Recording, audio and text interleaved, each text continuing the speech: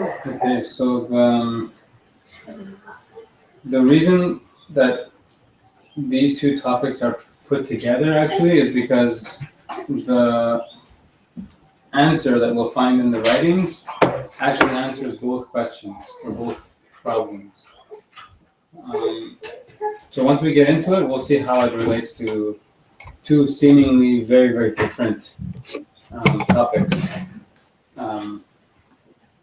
And essentially, it's about prayer, but we'll see how as well it's related to the problem of the Hindu teaching of I am God, or we are all God.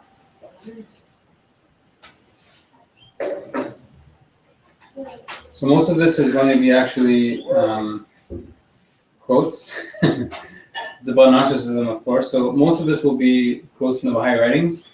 The sort of the objection, the secular objection that's being put forth is this one, right? Basically, how can a self-respecting God need to be told over and over how great and wonderful and powerful and glorious he is? This shows that a religious God is the most egotistical, narcissistic being. Since he doesn't deserve my worship. That's the objection, right?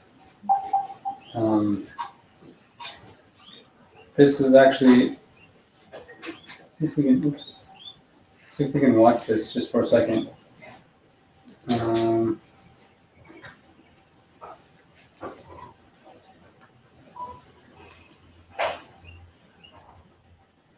think you guys will like it. It's on this topic, and I think it's something that it shows that how prevalent this idea is, and this objection is.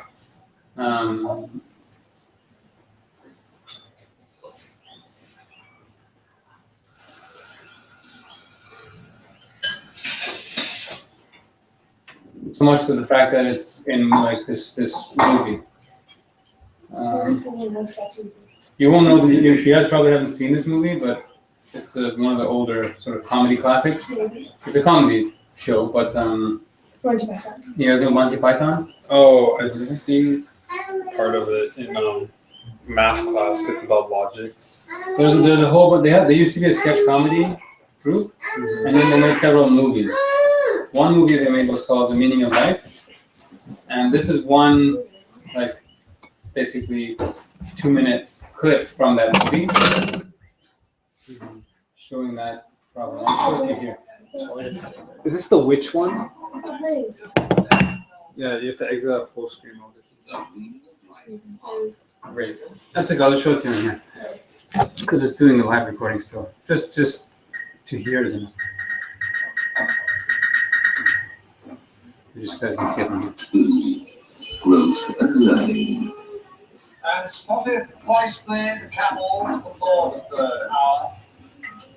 And so the Midianites went forth to Ram Gilead in Kadesh Bilgameth, by shore Ethba Regalian to the house of They're reading the Bible, they're in church, yeah. Bethuel Basder, he who brought the Bagadish to Belshazzar, and the tent peg to the house of Rashomon. And there slew they the goat, yea, and placed they the bits in little pots. Here endeth the lesson. Let us praise God. Oh Lord. Oh, you are so big. So absolutely huge.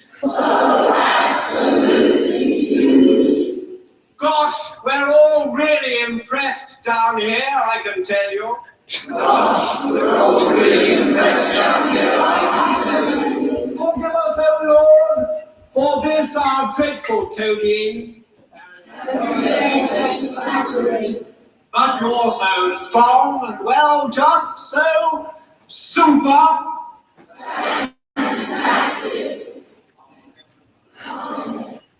That's it. in a satirical way, basically making fun of essentially what they believe prayer is. Just basically saying, "Oh wow, you're so great, you're so wonderful. You're the most mighty, the most great, and forgive us for whatever we did wrong. And please forgive us because you're so strong and so amazing. Narcissistic, right? So this is the issue. Now this is the issue totally separate, seemingly unrelated, from Hinduism. In Hinduism, there's a sort of an equation, or not equation, but meaning an equality, that Atman and Brahman are one. So this states that our Atman, which means soul in Sanskrit, is the same as Brahman, which is God, the essence of God, the ultimate reality.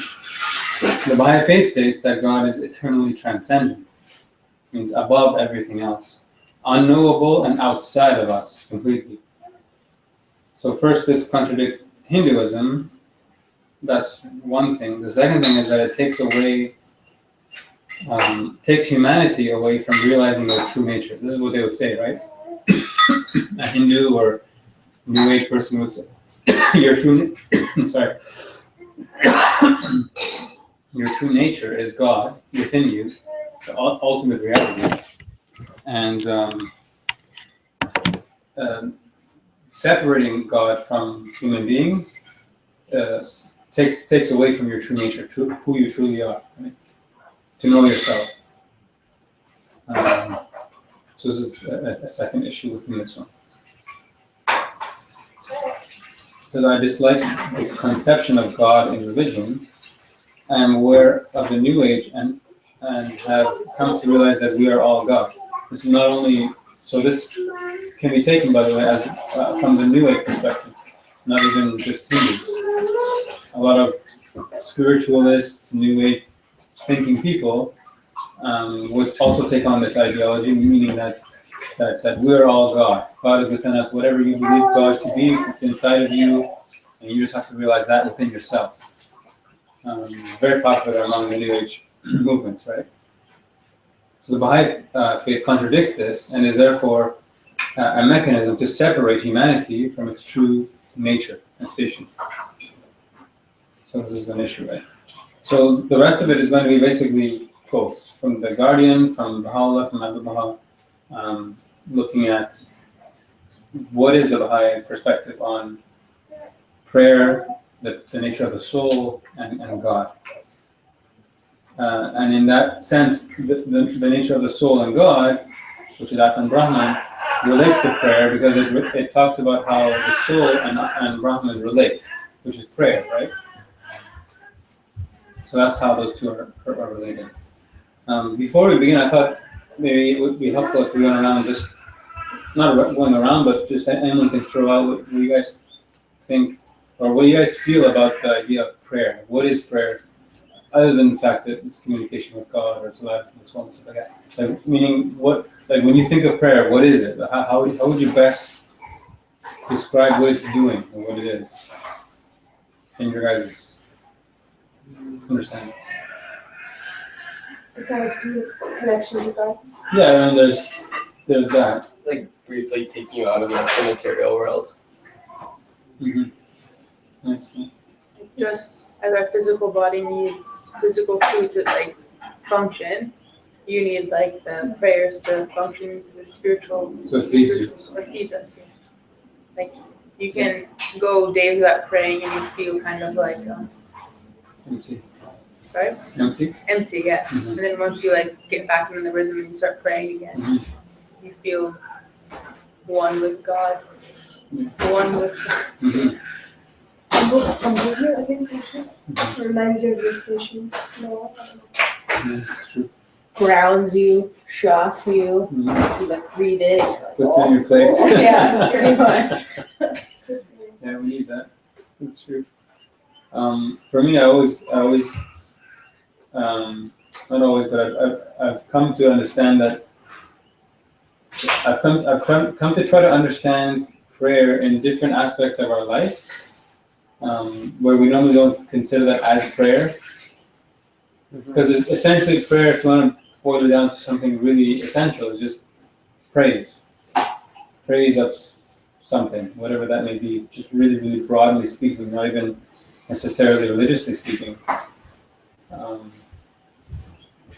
for me, prayer is something is an expression of praise that you can't help not do.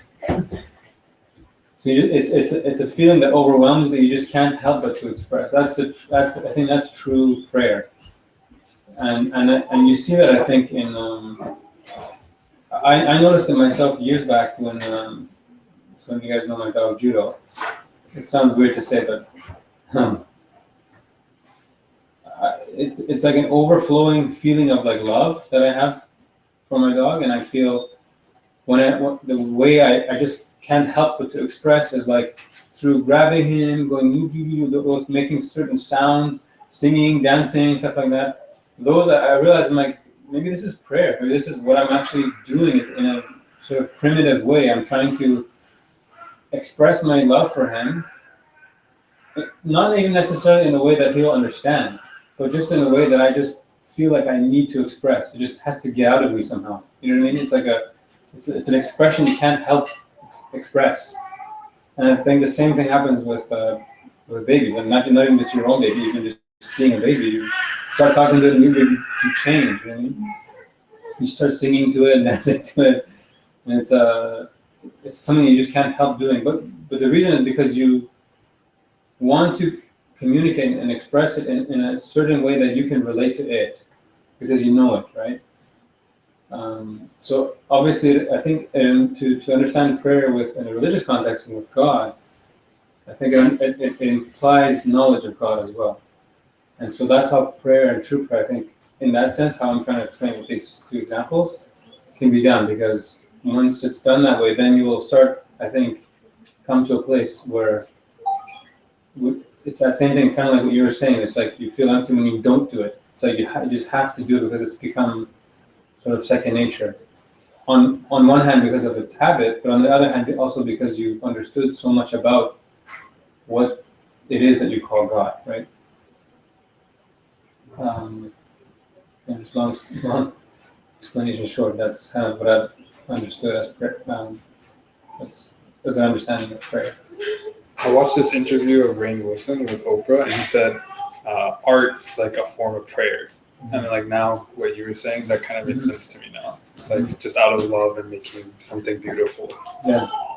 It's to praise. Yeah. I mean, there's a famous quote which is that work done in the spirit of service. So if it's done for the purpose of service, is like prayer. Worship? That is like worship, yeah.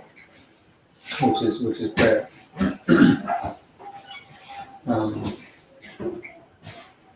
There's a quote from Abdul. I don't remember if it's in here actually, but it says that one of the reasons we pray for forgiveness,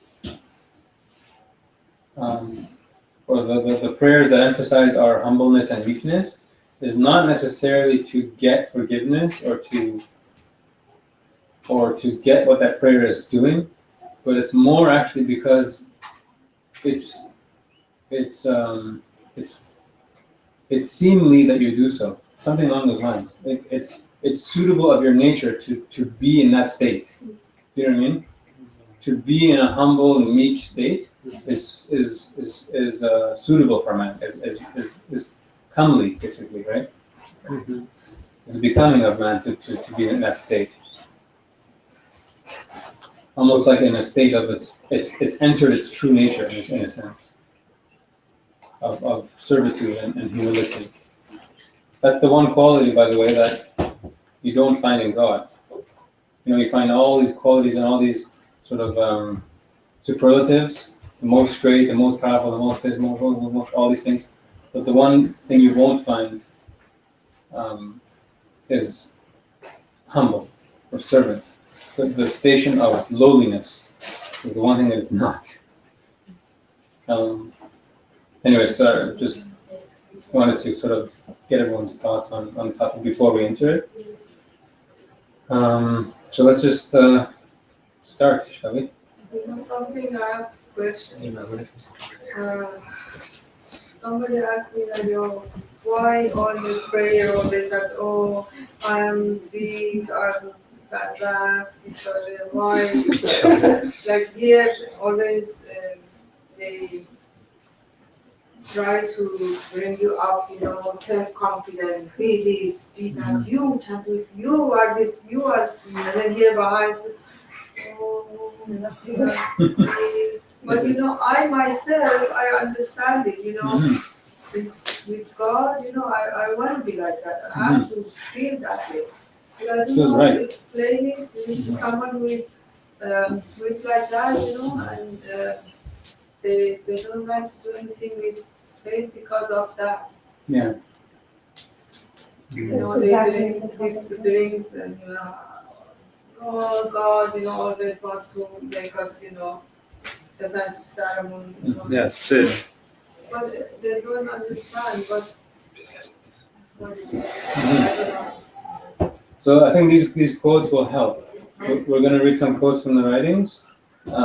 There's 25 pages in total, and this is page 6. So I think we can get through it in about an hour or so. Yeah. Depends on how long we discuss each of them, but if we go through. So, you want to start the first one? It is this condition, so sadly morbid, into which society has fallen, that religion seeks to improve and transform. For the core of religious faith is that mystic feeling which unites man with God. This state of spiritual communion can be brought about and maintained by means of meditation and prayer. And this is the reason why Baha'u'llah has so much stressed the importance of worship. It is not sufficient for a believer merely to accept and observe the teachings.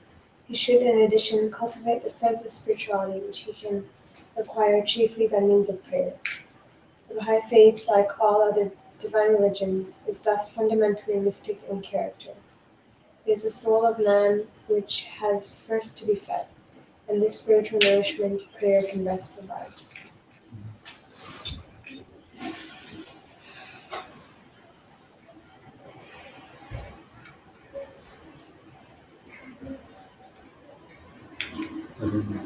How can I make mention of thee? Assured as I am that no tongue, however deep its wisdom, can befittingly magnify thy name. So pause for a second. This is one of the first prayers and meditations by Baha'u'llah. And this is Baha'u'llah, right, the manifestation of God, praying to God. So for us to read, for us to recite. It's very interesting, this whole topic of prayer and the voice in which the revelation is written. But this is the beginning, and it's Baha'u'llah expressing his inability to praise God. That's it. Nor can the bird of the human heart, however great its longing, ever hope to ascend into the heaven of thy majesty and knowledge. Does that make sense so far? Should we read again? Or make sense? So how am I able supposed to mention you when the greatest of those that have ever existed are unsuitable to mention you or to praise you or to know you? He continues. If I describe thee, O my God, as him who is all-perceiving, I find myself compelled to admit that they, who are the highest embodiments of perception, have been created by virtue of thy behests. Does that make sense? What's behest? That your command, your order. And if I extol thee as him who is the all-wise, I likewise am forced to recognize that the wellsprings of wisdom have themselves been generated to the operation of thy will. So if Baha'u'llah's saying is if he describes God as the superlative of wisdom, the all-wise, he says he realizes that the wellsprings of wisdom, the beings that created wisdom itself are generated through the operation of God's will. So to call God all-wise is almost unseemly, because the all-wise is actually a creation. of something, of a being. And if I proclaim thee as the incomparable one, I soon discover that they who are the inmost essence of oneness have been sent down by thee, and are but the evidences of thine handiwork. The inmost essence of oneness has been sent down by God. So to call the one, the incomparable one, the only one, the single one, is also unsuitable, unworthy. And if I claim thee as the knower of all things, I must confess that they who are the quintessence of thy knowledge, are but the creation and instruments of thy purpose.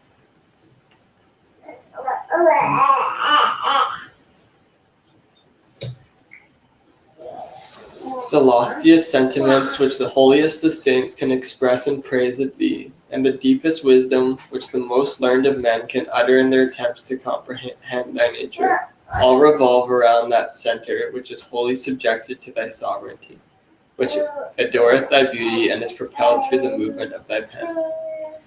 Nay, forbid it, O my God, that I should have uttered such words as must of necessity imply the existence of any direct relationship between the pen of thy revelation and the essence of all created things. Far, far are they who are related to thee above the conception of such relationship. All comparisons and likenesses fail to do justice to the tree of thy revelation. In every way is barred to the comprehension of the manifestation of thyself and the dayspring of thy beauty. What does it mean by pen? So the pen is one of the metaphors that is used to describe the manifestation of God. So he's saying here, even the manifestation of God is I'm unworthy of praising or of comprehending. All comparisons and likenesses or examples or metaphors I want to give fall flat and are incapable of describing the pen of the Most High. What is it? The pen of the revelation, and fail to do justice. This seems like it's making it worse, by the way. Do you guys notice that? It's emphasizing how ineffable God really is, and our inability to actually pray to Him in the first place. Ironically, this being a prayer. Go ahead. Far, far from thy glory be what mortal man can affirm of thee, or attribute unto thee, or the praise with which he can glorify thee. Whatever duty thou hast prescribed unto thy servants of extolling to the utmost thy majesty, and glory is but a token of thy grace unto them, that they may be enabled to ascend unto the station conferred upon their own inmost being, the station of the knowledge of their own selves. There it is right there. Read that again. That was the crux of the whole thing. Far, far from thy glory be what mortal man can affirm of thee. So any prayer that's trying to adequately praise or understand or comprehend or justify His existence or to praise His existence in any adequate way, to say you're the most great, oh, you are so big, and all those examples I was given in that video, is actually ineffective and not even what God wants, actually. Whatever duty that has been given to us to pray, right? Because we're supposed to pray, right? So what's the purpose of prayer if it's not doing anything, if it's not describing anything? It's just useless, basically. Is but a token. All of these sort of commandments to pray is but a token of thy grace unto them, that they may be enabled. So it's almost as a gift of God to us to be able to do that, to put ourselves in that situation, to try and describe Him, that they may be enabled to ascend into the station.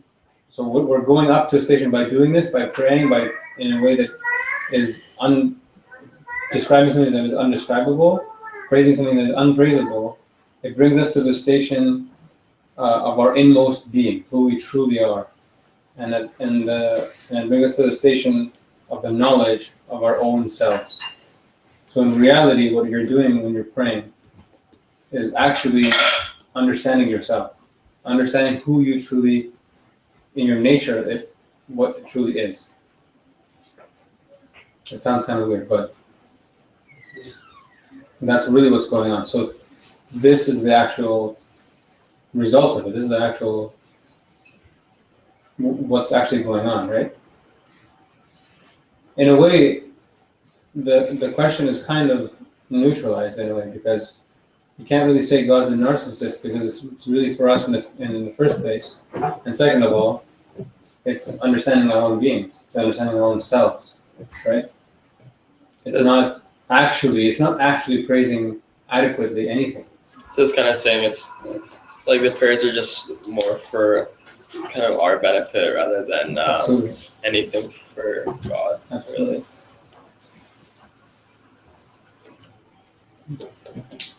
Let's keep going.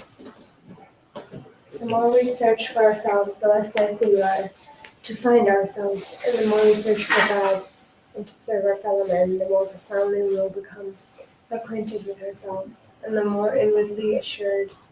This is one of the great spiritual laws of life. You guys heard this quote before? It's from Shirley Effendi. Should we sing a song about it? Yeah, I really? we made a song for it. Yes. Because the previous quote seems to suggest, okay, well, we're just knowing ourselves. Why don't we just know ourselves? Just get in, just go on a 3-month excursion and just find myself, right? Why am I praising God to know myself? That's kind of weird. But here Shoghi Effendi is saying, actually it's the opposite. The more you search for yourself, the less you're going to find it, actually. And the more we search for God and serve our fellow man, the more profoundly we will become acquainted with ourselves and who we truly are. Because we'll get to this, what it means, ourself or yourself, and to know yourself or to know God. Your true nature. Your true nature, what that is. So this is kind of like a really simplistic understanding, not accurate, and not the scale. So in your attempt to praise God, right, this is what you're sort of aiming to describe, aiming to praise, aiming to please. You're actually not. In a way, you're describing the manifestation of God, because when you say the most bountiful, the most great, those are all descriptions, adjectives of an essence, right? Sort of attributes of an essence. These aren't the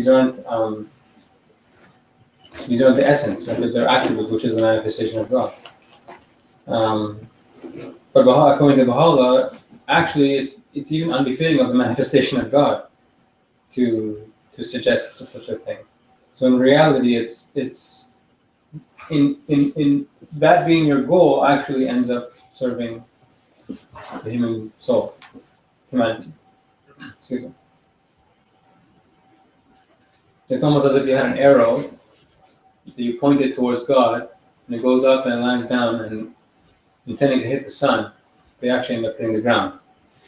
The target that you didn't think was going to hit in the first place. This is another quote from Baha'u'llah.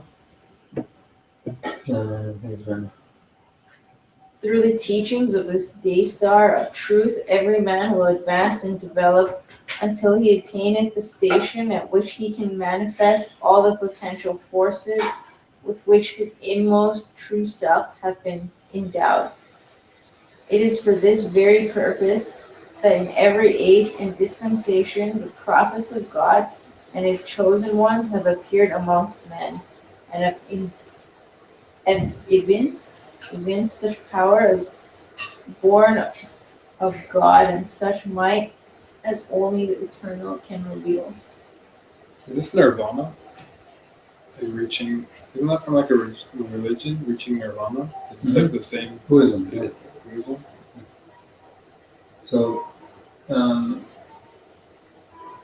through the teachings of the manifestation of God, this will allow us to advance and develop until we attain the station at which we can manifest all potential forces with which our inmost true self has been endowed.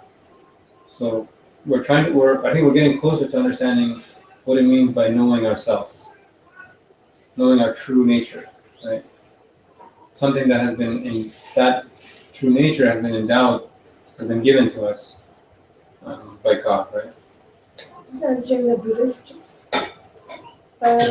Hindu, It's David. yeah, in a sense it's getting there, but in a way we should have already seen it, right? We should that what that means when it says Atman is Brahman, right? When it says your soul is God, in a sense. We always have to try to. There's a beautiful quote from the Guardian that says, when you read the teachings of the Baha'i Faith, you. Go. When you read the teachings of Baha'i Faith and you find teachings that are contradictory to each other, you find one statement that seems to be the opposite of another statement, like polar opposites. Like within Baha'i Faith? Within the Baha'i teachings, oh, yeah. Okay. But Shoghi Effendi says that if you look at the writings in a three-dimensional sense as a sphere, you realize they're polar opposites of the same sphere. They're complementary to each other. If you look at it from a different perspective, if you kind of look at the bigger picture, always try to look at the bigger picture. I think this is obviously, you can expand it to the different religions as well, that when you find teachings that are seemingly contradictory from Hinduism to the Baha'i Faith, or Hinduism to the Christianity, or within Christianity, or whatever, to try to understand them in the bigger picture, in a sort of polar opposites in a sphere, you can look at it as a sphere, right? To understand the bigger picture. And so that's what I think this Atman and Brahman thing means. That our nature, our soul, who we are, just like when we pray, when Baha'u'llah says when you're praying to Brahman, in reality your Atman is actually a gift that Brahman has given to you to allow you to praise Brahman. So in a way, Brahman is Atman to you. As far as you're concerned, it is Brahman. Maybe you can say in its truest essence, it's not. But as far as our capacity is concerned, and as far as our duty is concerned, that is, it might as well be Brahman. It is Brahman, actually. Does that make sense? It's just like the manifestation of, we were talking about earlier, you were saying, Nima was saying, can't we just understand and know God without religion? And I think the fact is that when we understand the manifestation of God and who the manifestation of God is and what his nature is, we understand that basically, whether we're talking about Jesus or Muhammad or whoever, understanding the manifestation of God is understanding God. So in a sense, as far as our own capacity goes, he is God. So for Jesus to say, I am God, or for Baha'u'llah to say, I am God, it's not false. It's not false. In a way, it's true. As far as we're concerned, as far as we'll ever be able to understand, it might as well be God. To us, it is God. Because there is no God that we can understand beyond that. Right? So the same is true with this idea of the soul and God in the context of prayer. That's as much God as we'll ever understand, right? Those qualities and those beings and those attributes that are within all of us, latent within all of us, not apparent within all of us, but latent, right? That we have to uncover. And man is a mind rich in gems, right? Of the inestimable value. So let's continue. Is there any questions so far, or should you just continue? Almost another 6-7 pages. Should I read the entire thing? Sorry, yeah. Wert thou to ponder in thine heart, from now until the end that hath no end, and with all the concentrated intelligence and understanding that the greatest minds have attained in the past or will attain in the future. But this divinely ordained and subtle reality, this sign of revelation of the all-abiding, all-glorious God, thou wilt fail to comprehend its mystery or to praise its virtue. Having recognized thy powerlessness to attain to an adequate understanding of that reality which abideth within thee, thou wilt readily admit the futility of such efforts as may be attempted by thee, or by any of the created things, to fathom the mystery of the living God, the daystar of unfading glory, the ancient of everlasting days. This confession of helplessness, with mature contemplation, must eventually impel every mind to make is in itself the acme of human understanding, and marketh the culmination of man's development. Crazy, huh? So this is an example of contradiction, because before it's saying God is unknowable, but then it's saying abides within you. Well, it's saying even though that which is abides within you isn't adequately understood. Right. So it's even like. What is it saying? There's some So God even within us? trying to praise God and thinking that it's actually truly describing your true nature, even that's wrong. Even that's not even right. It's like having recognized your powerlessness to attain to an adequate understanding of that reality, Brahman, which abides within you, Atman. Your powerlessness to do that. You're unable to actually recognize that which is within you. You will readily admit your inability of such efforts as may be attempted by you. Okay, I just can't. I can't praise anything. I can't praise any divinity whatsoever, whether within me or above me. So then we praise just to... Or by any creation things to fathom the mysteries of the living God. This confession, by this recognition of this feebleness, of helplessness, which mature contemplation, which is exactly what Bahar was talking about, will eventually impel every mind, when it's mature enough to come to this station, that this is in itself the acme of human understanding. The highest achievement that your mind can actually reach is actually the opposite, the realization of like, you know nothing, you can't even praise anything. In book 5, when they're talking about like praising junior youth efforts and stuff, it talks about don't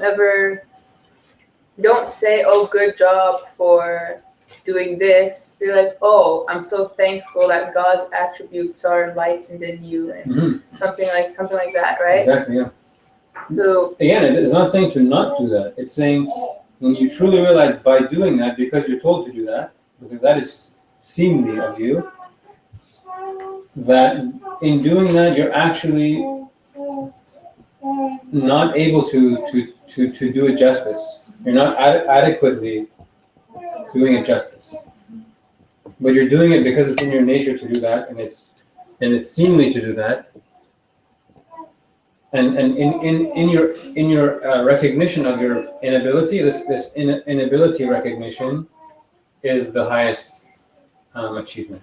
It's one of the things I think even scientists today, I think, really indulge in or praise it is the how insignificant and nothing we are. This pale blue dot, right, that Earth is in context of the universe. How nothing we truly are. How we know nothing. And in a sense, this selflessness, in a sense, empowers us.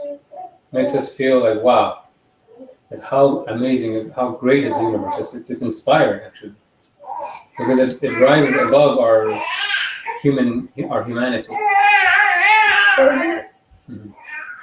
It's almost making it sound like it still feels good to do, but shouldn't it be for the purpose of like just because it's truth and that as a goal in itself? Absolutely, yeah. Well, that's the first thing that Baha'u'llah was mentioning before. You're doing it.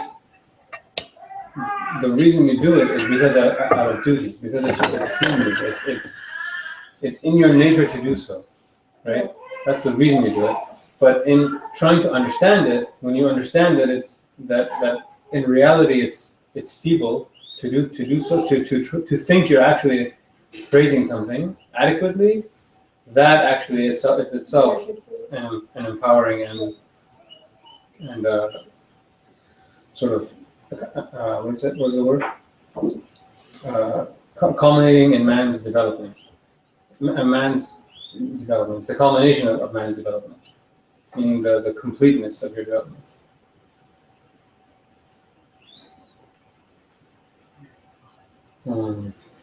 Is it who's turn? Arjun? No, she just read it. Oh, Do you want to go? I'll go with you. Please. To whatever heights the mind of the most exalted of men may soar, however great the depths which the detached and understanding heart can penetrate, such mind and heart can never transcend that which is the creature of their own conceptions and the product of their own thoughts. The meditations of the profoundest thinker, the devotions of the holiest of saints, the highest expressions of praise from either human pen or tongue are but a reflection of that which hath been created within themselves through the revelation of the Lord their God. Whoever pondereth this truth in his heart will readily admit that there are certain limits which no human being can possibly transgress. So those truths that are revealed in religion, in revelation, that we embody and that we understand,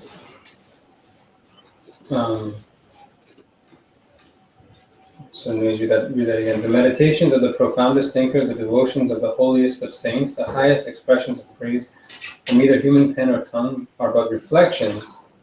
So all this that we're doing in praising, in prayer, are but reflections of that which hath been created within yourself.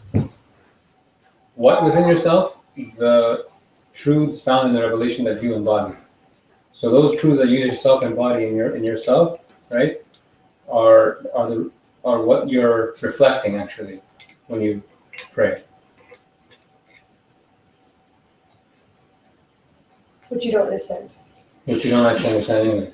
But the interesting thing is, lost. Yeah, I'm really. I'm It getting really sounds like- confused. Yeah, it sounds like it's pretty much like saying like it's almost pointless because you're too dumb and you're never gonna get it. well, the pointlessness The of other it is comprehension. You got it, yeah. the pointlessness, exactly. The pointlessness of it is thinking thinking it's adequately doing justice to it. That's the point. It's not the same that it's pointless in and of itself and that you're understanding nothing. It is understanding, but it's understanding. You're understanding super that relative. you'll never get it. Never get it in its completeness. Yeah, in its justified sense. Just like trying to see the Milky Way galaxy and adequately expressing how beautiful it is. It doesn't mean you shouldn't express how beautiful it is, or it's useless to express how beautiful it is. You can It's just never that you'll express never it. fully express how beautiful and how great, no matter what words you want to use. Beautiful, amazing, Without wow, seeing beautiful, it. uber, this, that, even seeing it. Yeah. Whatever you want to say, it's just like whatever, because it's just, right? So it doesn't mean that those words are, you just don't say anything. No, you express yourself because it's in your nature to express yourself what you recognize, right? But to suggest that what I just said perfectly encapsulates what the Milky Way galaxy is, that is the height of hubris. I think of priests who say that. Because they probably think they're explaining it perfectly. God is this, they're like telling it to people. Yeah, Is true. this I quote? think, sorry. No, is this quote talking more about like our understanding of God or like just our praise of it? Like for example, like Both. is it saying that like we'll never be able to understand the Milky Way or describe how beautiful it is or Both in a sense, because it's saying to praise or to understand in its completeness. Again, in its to understand it justifiably, justly, right? Does that make sense? So to say that there's a complete expression or a complete method of communication that would adequately and completely and justly Describe. describe it or praise it. Describe it or praise it is not possible. And that realization is humbling, of course, right? It's just realize how incapable you are, but it's that incapability is actually when you're not that it's empowering, but when you're feeling that, it's empowering. Isn't it empowering when, just to use an example again, how that powerlessness, how that feebleness of yourself is so beautiful and so empowering, right? It's like, my God, that's all you want to say, right? How nothing you realize you are. You've seen the probably, I'm sure that ones that have received those forwards in Facebook or whatever, of that it zooms out from like a city and goes to the Earth, the solar system, blah, blah, blah, and keeps going nuts and nuts. Like, wow, what the? Like, you see how like nothing isn't even adequate to describe how nothing we are. But in that, you're like, my God, what in the world? What is this? What have you done? What have you created? It's beautiful, and I think that doing whatever you can to explain that, to express that, to praise that, is, I think, edifying yourself. It's edifying,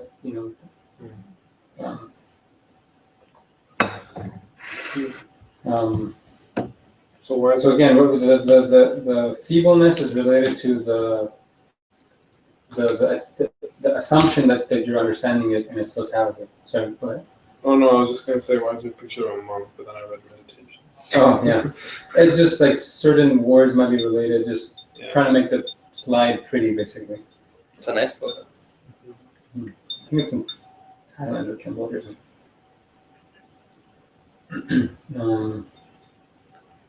it my turn? So, is it? No, mine, I think my turn. Oh, you. I went. Okay. Thanks. This is from Baha'u'llah, prayer and meditation. Every time I attempt to make mention of thee, I am hindered by the sublimity of thy station, the overpowering greatness of thy might. For were I to praise thee throughout the length of thy dominion and the duration of thy sovereignty, I would find that my praise of thee can befit only such as are like unto me, who are themselves thy creatures, and who have been generated through the power of thy decree and have been fashioned through the potency of thy will. And at whatever time my pen ascribeth glory to any one of thy names, methinks I can hear the voice of its lamentation in its remoteness from thee.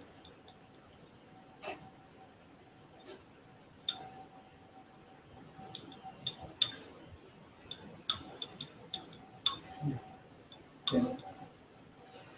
He in truth hath throughout eternity been one in his essence, one in his attributes, one in his works, and any and every comparison is applicable only to his creatures. And all conceptions of association are conceptions that belong solely to those that serve him. Let's keep going for now. All praise be to thee, O Lord my God. How mysterious the fire which thou hast enkindled within my heart. My very limbs testify to this intensity of its heat, and evince the consuming power of its flame. Should my bodily tongue ever attempt to describe thee as the one whose strength hath ever excelled the strength of the most mighty amongst men, the tongue of my heart would address me, saying, these are but words, which can only be adequate to such things as are of the same likeness and nature as themselves. But he of a truth is infinitely exalted above the mention of his creatures, of all his creatures.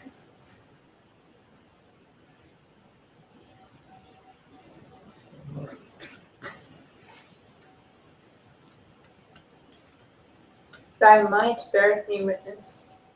I am well aware that were I to bow myself before a handful of dust, from now until the end that hath no that hath no end, in acknowledgement of its relationship to thy name, the fashioner, I would still find myself far removed from that dust, and incapable of approaching it. I would discover that such an adoration can in no wise befit it, nor transcend the limitations to which I myself have been subjected. Just quick pause there.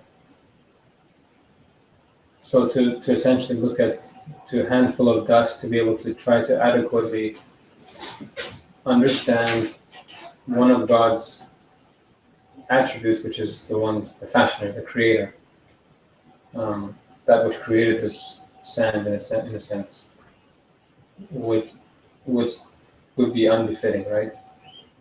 Would be incapable of approaching it. This there's a quote by Abdul Baha, I don't remember where it is now, where he says, I think it's in Some Answered Questions, where he says, to that which one can understand, one can contain. One is containing it. Does that ring a bell for anyone? If it's something that you understand, that means that it is within you. Just like the things in your brain, in your mind, right? The things that understand it, your brain itself is obviously greater than what it understands is within it, right? It's within it, so it therefore is greater than it. So naturally, if there's something going to be greater than your mind, that necessarily implies you won't be able to understand it more than the capacity of your own mind, right? Because if you understand it fully, then you encapsulate it, which is essentially what Abdul Baha is saying. Which if you do, then you're God, right? So by nature, by definition, we can't understand that. We can't understand the earth and all of its intricacies and all of its depths and infinite beauties and truths, let alone the solar system, let alone the galaxy. Don't even talk about it. So then, are the manifestations of God, are they technically higher than us? Yeah, absolutely, yeah. But again, it's like when the moon covers the sun in a perfect solar eclipse. Mm-hmm. One of the most profound things to me is actually the fact that the moon and the sun are exactly the same size in relation to us on Earth. When the moon covers the sun, it perfectly covers it. Mm-hmm. Isn't that insane? Like why? It couldn't have been a little bit farther, couldn't have been. There are times where the moon is smaller and it doesn't fully cover, but there are times that it perfectly covers, right? And I think that's one of the signs of a manifestation of God, that when you're looking at the sun, which you're incapable of doing, try to look at the sun, you'll be blinded. When the moon goes over it, you can actually look at the sun, and in a way, you're looking at the sun, mm-hmm. but you're actually looking at the moon, right? Which is the manifestation of God. So because it's the same, as far as you're concerned, it's the same. It's one and the same thing. To praise the sun while looking at this is correct, right? But to think that you're truly praising the sun, you're truly seeing the sun, truly understanding the sun, is false. And that's, I think, what it's saying. It's not saying, again, you're so worthless and you're so useless, don't do it. It's saying, it's making you able to appreciate the grand scale of this whole thing. So to never think that I've been adequately praising God. So to never have that arrogance in ourselves to do that. Because as Abdul Baha says, to say you can adequately praise or adequately understand a thing means you contain it. I have a question. I feel like this is one avenue of answering the first secular, I don't know if About a narcissist? a narcissist thing, but then isn't also an answer to connect the first part of just expressing your love, so connecting praise with love? I don't know, I feel like I just wouldn't think that. So you're just saying it. But we're trying to say it's to show love. Yeah. I think one thing we haven't mentioned here is the fact that the way we're able to even praise and do this in the first place, because as I said before, it should be out of duty and because it's seemly, right? How do you even reach that place in the first place when you're not religious or anything like that? So obviously this entails deep investigation and knowledge of the revelation, right? So this is presupposing that, right? This is definitely has to come out of that actually. Just like in the short obligatory prayer, I have a witness on my God, thou hast created me to know thee and to worship thee. One comes before the other, right? To knowledge and understanding of God, the investigation of that truth, which will lead to worship, praise, and love. So then the praise comes out of love, actually. Right? That's kind of like what I was hoping to give the example as a baby, which is you're expressing it. It's an expression of love that you can't help not do. You know what I mean?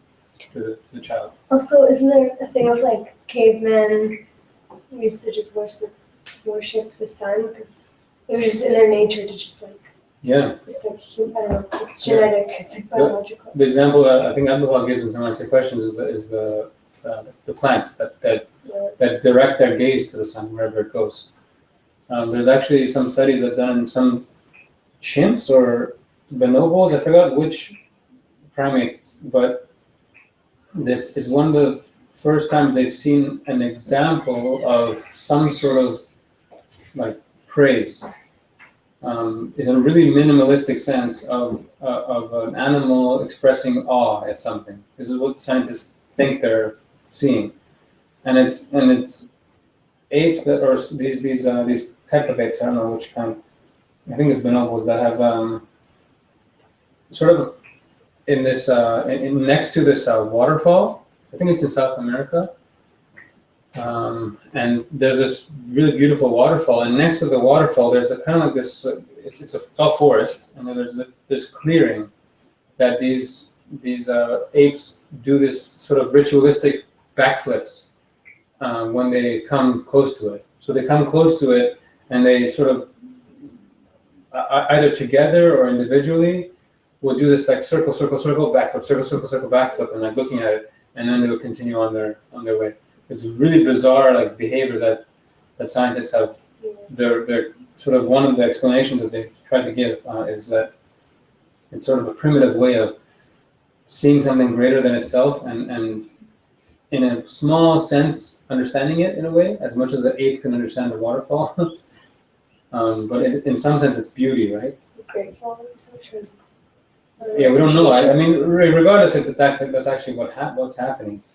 It's I think like you're saying, when it's something that we try to understand and it's something greater than us and beautiful, we can't help but to praise it and express love for it. That's what prayer is, and it's in another sense. It's an expression of love.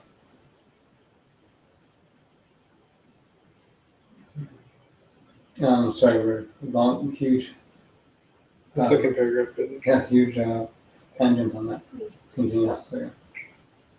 And were I to arise to serve one of thy servants, and to wait at his door so long as thine own kingdom endureth, and thine own omnipotence will last, as a sign of my acknowledgement of the tie that bindeth him to thy name, the Creator, I would likewise, and to this thy glory beareth me witness, have to confess my complete failure to do him adequate service, my deprivation of what truly befit his station.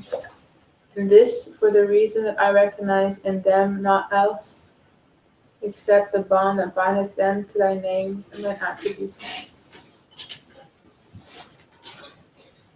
So it's almost done. 3 more pages. So this to other people? Hmm? So this to other people? Mm-hmm.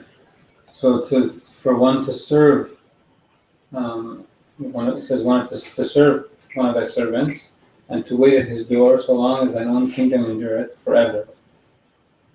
As a sign of my acknowledgement of the tie that bindeth him to your name, the Creator, right? In an attempt to understand your attribute of the Creator. So the first example is a handful of dust. The second one is a person. to serve him in an attempt to understand that would also be likewise futile. Should I read that for service projects? Yeah, I mean, but what it does point is, in one sense, it's expressing the futility. In another sense, it's actually saying that should be your intention, Yeah. right? That it shouldn't be, oh, I'm doing service. It's I'm trying to understand one of God's attributes. It's crazy. Obviously, you know, or you should know deep down inside, you won't be able to adequately and completely understand it through this expression, but that's your intention, which is the beautiful part of it. That's why it's beautiful. Okay. Here's another awesome visual. Bar graphs. So in the What? with the So are we being nice? What's that picture at the top? A star? it's the high The gold Oh. star, kind of like representing God. Let's just say the beloved. And those attributes and those qualities which God has put within us and our nature, right? Who we truly are. The more we understand that, so that when that increases, it's actually going closer towards God. Does that make sense? Okay. Can you say that again? So the more that our knowledge and love of ourselves, not in our lower nature selves, but our true selves, that which qualities and attributes of God within us, the more we have knowledge and love of that, the more knowledge and love of the beloved that we have. So it's kind of like the opposite direction, but that way, which has the red is the knowledge of our love and knowledge of our true self. Those individuals then, or? Either individual or progression of the same person that way, or getting digression. So this final point, this final slide, I think, is sort of summarizing it all. So to try to understand again the Atman Brahman, the fact that we are God within us, and that fact that God is narcissistic and asking for us to praise Him. I think we've kind of come across a whole bunch of truths that we found in the Baha'i writings that explain that those aren't actually issues. That's not actually what's going on. One, and also that, yeah, in a sense, within us is God, but in a sense not. It's true and it's not true. Right? So one, that my understanding of the ultimate reality is a reflection of my own reality, which God has placed within me potentially, right? That's what I'm trying to understand. Within noble have we been created, right? So we're trying to understand what those qualities are that are within us. That's one. Second, when that sort of a simplistic way of saying it, that when they say I am God, my Atman Which is God. is my Brahman. It's actually not. The better understanding of it is my Brahman, whatever that is my Atman. Does that make sense? That means God. No, soul. Brahman's God. Yeah. So Can you my reiterate God that? is my soul. So instead of you being God and all that He is, what your understanding of God is what your soul is. Mm-hmm. Can we think of it as like the mirror in our soul, and then like the light reflecting, and like you either have light coming in or you don't? Yeah. How dusty your mirror is Yeah, reflects how absolutely, much yeah. light. That also And is that true. makes a little Because more that sense. mirror, when you look at that mirror, is in a sense God, right? The mirror is I mean, no, not the mirror. When you the see, light coming in. yeah, when you see the light in the mirror, that light or that source of that light is what you see. So like if you had like a giant sun and a little bit of the light reflecting it out of the mirror of your soul, you can at least look at the person and say that person is a little bit of the sun. That, as well as, in a sense, the sun. Because when you look at the mirror, as small as it may be, Yeah. it's actually reflecting the full, like you see the full sun in there. It's not like you see a chunk of the sun, right? That's true. So in a way, obviously not fully, in a way, it's the sun that you see in it. Yeah. I just thought Brahman, Confused. the mirror metaphor. That's the mirror metaphor that the Bahala or that Abdul-Baha. Abdul Baha gives in some Master I Questions. thought Brahman, because they call themselves Brahmins. Brahman, that's a subtle. Yeah, it's just, in Hinduism is a subtle difference. There's Brahmin Oh, and Brahman. Sorry. get it. So Brahmin, M-I-N, is a priest. Is a That's caste. okay. Is a caste of Hindu teaching, right? Brahman is ultimate reality God. Oh, okay. So again, that Brahman, that sun, is what I see in that mirror when I look at that mirror. That it's in everyone's nature. So this is about that topic. So just don't confuse us with the prayer topic. Right? Maybe that's what's confusing. Yeah. Just think about the Atman, Brahman issue, and that within us is God. What does that mean? I am God. Whatever. It's not that you are God. It's that what you understand of what God is can be complete. The most that it can be understood is within yourself, right? And all the attributes that a person is able to manifest. The perfect person being the manifestation of God, which is why we say it's as much God as we'll ever know. So 3, I don't know why the arrows are like that, is supposed to be switched. that you're right in a sense. What you conceive to be God is in fact just you.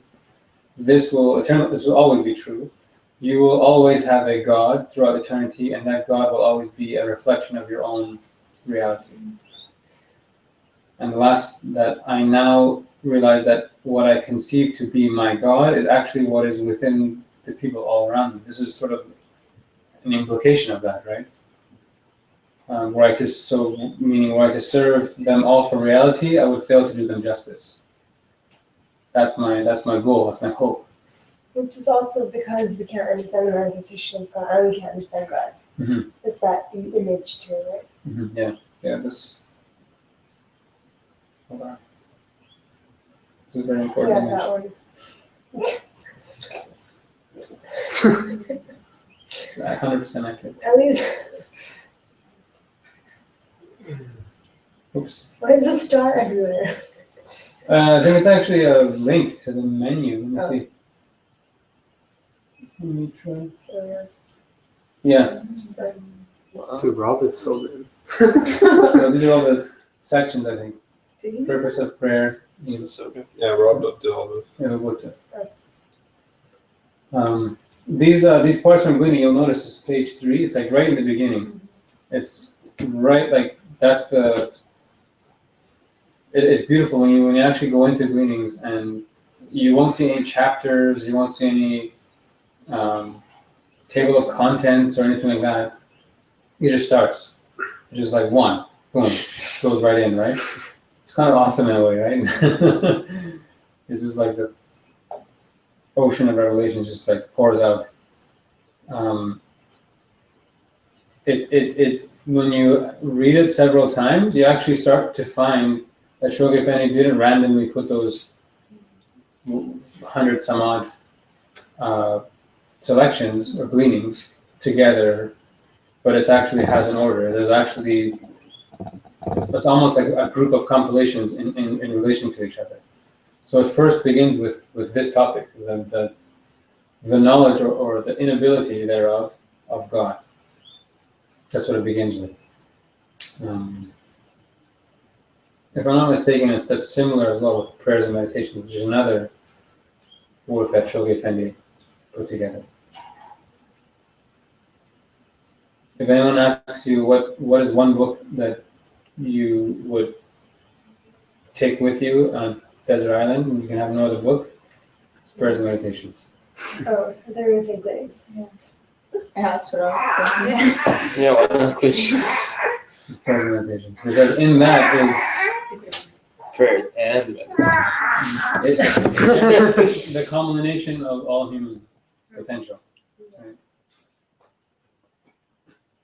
So if you had to summarize down into a couple of sentences, like if someone said something about God being a narcissist, what do you think would be it? Are they an atheist? Mm-hmm. with the record, Yeah, I guess it kind of matters, but set it up.